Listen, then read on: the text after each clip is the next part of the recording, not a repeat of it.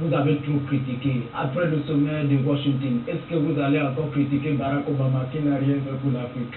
C'est une bonne question. Vous savez que je vous l'ai dit tout à l'heure que lorsqu'on est ignorant, on ne sait pas lire et écrire, et surtout quand on vit dans les rumeurs, comme c'est très souvent le cas en Afrique et en général, et au Cameroun en particulier, c'est facile de dire, ça y est, le docteur Mathieu Margabi critique beaucoup. Non, la critique c'est une richesse, surtout quand elle est constructive comme la mienne. Je ne fais pas, je vous le répète, confrère, je ne fais pas que critiquer. Quand je critique, je propose. C'est une note spéciale. Obama, et précisément pour répondre à votre question, j'avais, après avoir expliqué dans tous les médias français qui m'ont invité, salué la venue du premier président noir, Barack Obama. J'ai expliqué tout de suite que, attention, malheureusement, sa nomination ne va pas aider l'Afrique à se développer. Pourquoi? Parce que les Américains ont voté leur chef d'État. C'est normal qu'Obama s'occupe des problèmes d'abord américains. Parce que je voyais tout de suite les rêveurs africains étaient déjà en train de dire, ça y est, Obama va la France-Afrique c'est ça. Il va venir nous aider, etc. Je dis attention.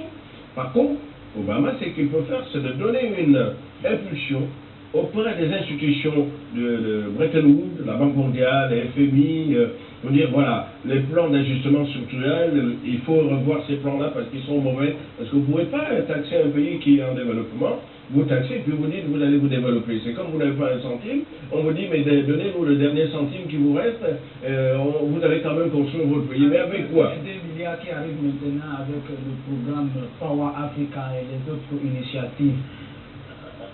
Comment les Africains doivent adhérer là-dedans? C'est une bonne question. Voilà qu'Obama, à la fin de son mandat, a eu ce réflexe, que je trouve très positif, d'accorder plus de 35 milliards de francs USA en Afrique pour le développement. Il reste maintenant comment cet argent va être développé, comment va être d'abord la distribution, et où est-ce qu'on va, nous restons un peu au Cameroun avec une volonté, comment cet argent va être distribué au Cameroun? On va mettre dans quoi? On va mettre dans les routes, on va être dans la santé. Personne ne le sait. Pourquoi? Parce que le problème de la mauvaise gouvernance en Afrique en général et au Cameroun en particulier, c'est quoi? C'est qu'on ne dit pas, les dirigeants politiques ne disent pas ce qu'ils font en termes de développement. Peut-être que parce que vous vivez à Paris. Hein. Je suis l'évolution politique de notre pays. C'est ça l'avantage lorsqu'on est journaliste international. C'est que vous ne parlez pas des choses parce que Dieu qui pourra. Non, vous parlez sur les faits. Nous sommes journalistes à l'international parce que nous parlons des faits.